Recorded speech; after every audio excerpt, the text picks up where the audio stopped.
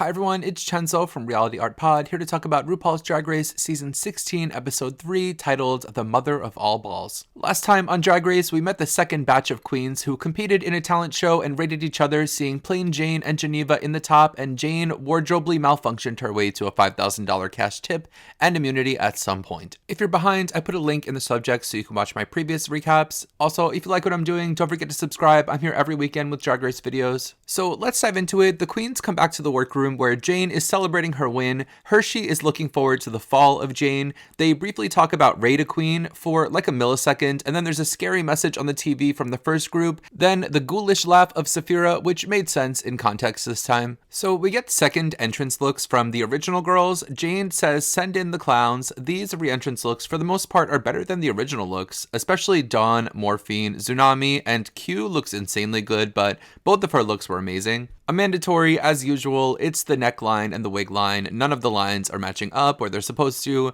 Maya calls Amanda another big titty Dumbo. There's a New York girl reunion. Dawn says she recognizes Megami and calls her the Eeyore of drag, which made me kind of sad. They make introductions across the room. Jane confesses to us that she thinks Amanda's drag looks hideous, and she apologizes to us that we have to see it.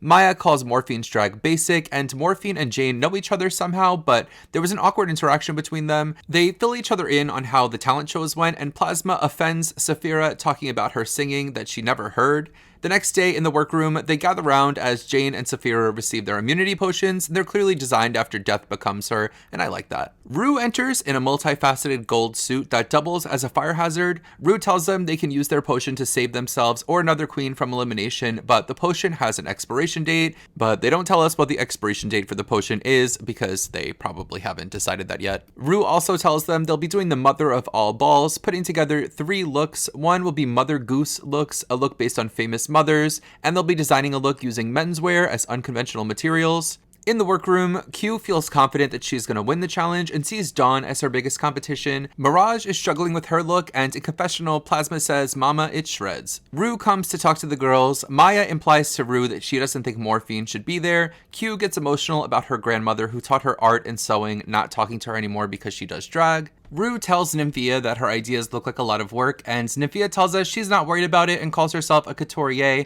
and the girls are going to be blown away by her gust of winds. Ru tells Amanda that she looks prettier without makeup, and Hershey proudly shows Ru some socks she sewed together, and the reaction from Ru is like when a cat brings a dead animal to its owner. Before leaving, Ru tells them they'll have one more chance to rate a queen before the critiques, and that will dictate the tops and bottoms of the week. Ru also leaves the results of Rate a Queen from the first 2 weeks in a classified envelope and leaves the room. They get to see the overall rankings, but not who everyone voted for, which is a relief to Plain Jane. Amanda Tori and Megami are 7th in their groups. Amanda laughs it off, but Megami is very upset. The queens get back to their designing, and there's some shadiness between Nymphia and Jane, with Nymphia insulting Jane's progress on her look, and Jane continuing to lie to Nymphia, saying she played fair and didn't vote her lowly in the last ratings. Jane moves on to shade and bother Geneva about her look, who calls Jane annoying like a mosquito. Hershey has some personal content saying she was inspired originally by Tyler Perry and would make silly videos when she was younger. On the main stage, Ru is wearing a colorful outfit. This is an outfit that would get ripped to shreds if it were being judged on the stage. It's the sad, wet Muppet hair on the shoulder and the Joe Black at the beach wig that throws it off for me. Michelle looks cute though, and Styles superstar Carson Kressley is wearing a hideous sequin jacket and bare chest. Isaac Mizrahi is here as a guest judge, finally someone who actually knows what they're talking about, and he looks great and is styled quite nicely. I'm going to talk about all of these looks, and before I get into it, there's way too many looks, and I think it's way too early in the season to do a ball. There were a lot of good looks, but also a lot of bad looks. So I'm sorry if I sound like a hater, I just didn't like a lot of the stuff I saw. The first category on the runway is Mother Goose, where they'll be inspired by nursery rhymes. Geneva is Miss Muffet. I like the idea of the colors and the shapes, but this look is sloppily executed. If you're gonna do Little Miss Muffet, you need to be sitting on a tuffet. I'm sorry, I don't see her sitting on a tuffet. Where are the curds and whey? And there's a Party City spider on the dress, but it's just stuck on the side, and also this wig is a fire hazard. Dawn is Cushy Cow, so this was one of the first few nursery rhymes. I was like, what the hell is this? Then I thought, don't be a hater, just because you don't know who this is doesn't mean it's not real, because maybe where Maria came from, Mary didn't have a little lamb, maybe she had a dog. or a little kitty cat. So Google says that Cushy Cow is real, and YouTube says Cushy Cow trades milk for a gown of silk and a silver tea. What the hell is a tea? This is a great look though. She's a cow wearing a gown of silk. It applies and it flies for me. Her makeup is good and the hooved feet are insane. Hershey is Bernie B. This nursery rhyme is about a bee that's getting married, so she's a bee for sure, and she has a wedding ring on, I guess. It's like the bare minimum to sell the concept. You could have had a bee-inspired wedding dress. That would have been cool. I think with a different wig, this could have been really nice as well. Mirage is Baba Black Sheep. She looks cute. She has 3 bags of wool, so I feel good about it. Megami is Little Bo Peep. She says this is deconstructed Bo Peep. Who asked for that? I would have much preferred a constructed Peep. The hoop skirt pulled up in the front makes it look like it's broken. A mandatory is the Little Pussy. Firstly, I googled the Little Pussy and let's just say nursery rhymes didn't come up. On my second search, I found it and it just says, I love my little pussy. Her coat is so warm. So this is very Mary Had a Little Dog to me. This look is bad. The skirt is like that Halloween foamy polyester that they make broccoli costumes out of. And there's just gutted stuffed animals on the arms. That's so sad. Morphine is a man and a maid. This nursery rhyme was questionable because I found out that it's basically about a man wanting to marry his maid, and who would tell this to children in a nursery? So basically Morphine found a way to wear this maid look that she wanted to wear. She does look good though. Maya is Mary's canary, and this look is crazy. I can't look at anything besides those feathers covering her face. I just can't imagine wanting to wear this, and the amount of care it would take to travel with it for like no payoff. All that work just to look silly.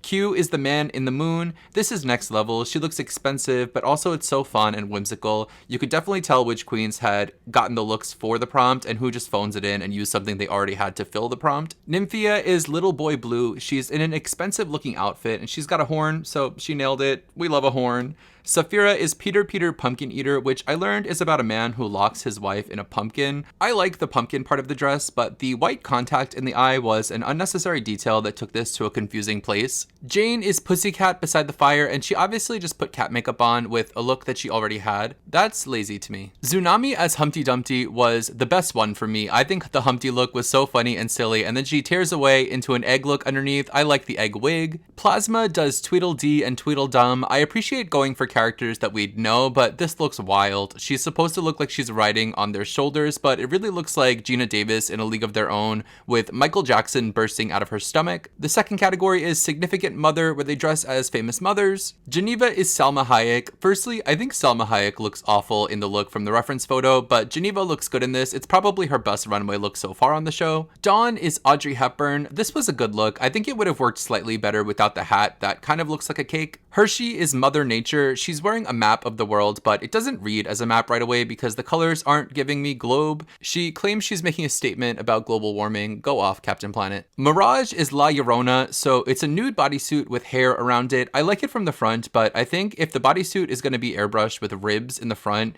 it either needs to have hair covering the butt or that butt needs a contour of a butt crack. Is it too much of me to ask that a nude butt has a crack around here? Megami is Lady Gaga. I don't mind this. I do think Lady Gaga costumes have been kind of overdone, so it would have been nice to see it elevated or given a different point of view. A mandatory is Michelle Visage, where she starts off as early days Michelle in Colorful Cheetah, and she has a successful tearaway of the dress, the boobs, and the wig to reveal an elegant gown and the gray stripe of hair on top. I think this was good. Morphine is Kris Jenner. This was boring and needed a different wig. It's a certain length hairstyle. This was too short. Maya becomes Lil' Kim. I think compared to the reference photo, she nailed it. Q is Judy Garland in an exact recreation, or maybe the actual dress. I'm not sure. It's pretty accurate. Nymphia is Angelina Jolie wearing a dress with art from her drag family on it. This was taking the prompt and making it your own. Saphira is Eve, and the best part of this was that her hair went down to the floor. She's holding a snake skeleton with an apple in its mouth. Why did it have to be a skeleton? I feel like there's always an added spooky element that's not necessary to the look. Plain Jane is the Octomom, and Jane's look is okay, but the photo of the Octomom that they use, my god, that belly is really full of kids, huh? Tsunami is Candy Muse, complete with Candy's boombox. She looks great and even gesticulates. Bitch, she died. Plasma is Anne Boleyn. This was a great costume, I guess. The main event is their design looks, so let's get into them. Geneva says she's wearing a deconstructed suit, and it's really simple and very boring.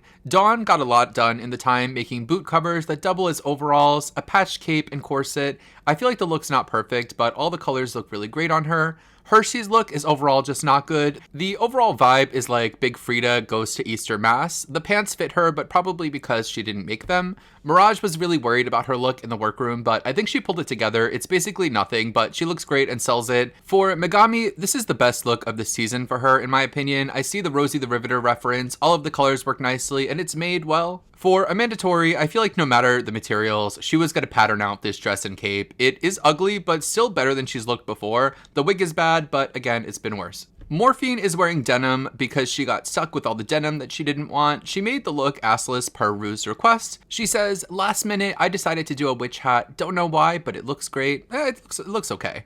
Maya ended up making an okay look. It's safe, but way better than what she showed us in the workroom. I hate this safety pin in the nose, especially because the safety pin is not actually going through her nose. For Q's look, it's insane that she made this on the spot because there's so much on here and it all looks so good on her. Isaac Mizrahi gives her a look of approval. Nymphia's look is incredible. She put wires in ties and made them into an art piece. The rest of the look under the ties is great as well. Saphira looks great. She calls herself Roberta the Builder, and the colors look nice and fit her nicely. For Jane, this look was bad. I couldn't see past the tights not matching her skin, and them meeting in a place that makes it so distracting. Then she says you won't be able to spot a single flaw. Tsunami made a denim corset. This was a letdown for me because her first two looks were so great, and she just wore a whole denim look for the candy thing. Finally, Plasma made a dark gray and black dress that was pretty forgettable. It seemed well made, but I bet it would be more memorable if it were more colorful. That was a lot of looks. Feel free to roast my opinions in the comments. They go to the Rated Queen, where Jane decides to play fair, but Amanda Tori comes for Jane, ranking her in 10th. I actually think if I were to rate them, Jane would be around 10th, if not a little bit lower. Rue asks the girls before the results are announced if they'd like to use their immunity, and it's a no from them, dog. Nymphia, Q, and Saphira were rated the top queens of the week, with Geneva, Hershey, and Maya as the bottoms. In the critiques, Michelle says she didn't like Geneva's Muffet hat. Carson says that Geneva's bedazzled bodysuit is what someone would wear to a grocery store. I'm sorry, but Carson needs to be removed from this judging panel. He doesn't even make sense sometimes. Replace him with Isaac, who says the colors look drab. The judges liked Hershey's B look, but they hate her shoes and her hair on the runway. Michelle didn't like Maya's feathers either and says she wasn't getting Lil Kim in the mother look, that she was getting Missy. That's a crazy take. Isaac doesn't like the look that Maya designed. Maya calls herself loud and vibrant, and Rue draws back, telling her she doesn't seem very loud, and I was surprised she didn't say she wasn't very vibrant either. They shower the top three with praise, especially high praise from Isaac for Nymphia, saying her third look looked professionally made. In the results, they decide Nymphia as the winner of the challenge, which I agree with. I think Nymphia is also owed recognition from the previous episode.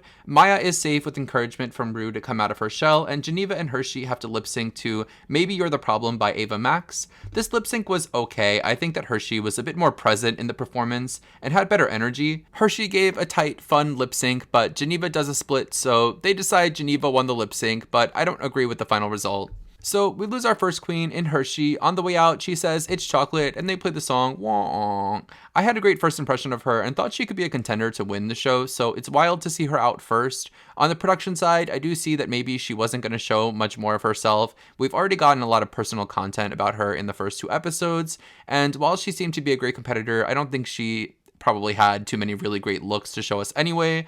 I could definitely see her showing up for a future season or All-Stars with a lot better stuff. I watched Untucked too. The highlights were Dawn telling Plasma she hated her Tweedledee look, and the other girls agreeing. I agree too. Also, Jane criticizes Amanda and she's offended. Plasma pipes in to tell Jane to untangle her bracelet from her arm hair, and Jane tells Plasma she shouldn't be talking because her looks have sucked too. Dawn then calls Jane a bitch in confessional, so that's where we leave off ahead of the next episode. The girls are fighting. That's all I have to say about this week. I know this episode was a little bit delayed. I had more notes than usual, which led to the video being longer than usual.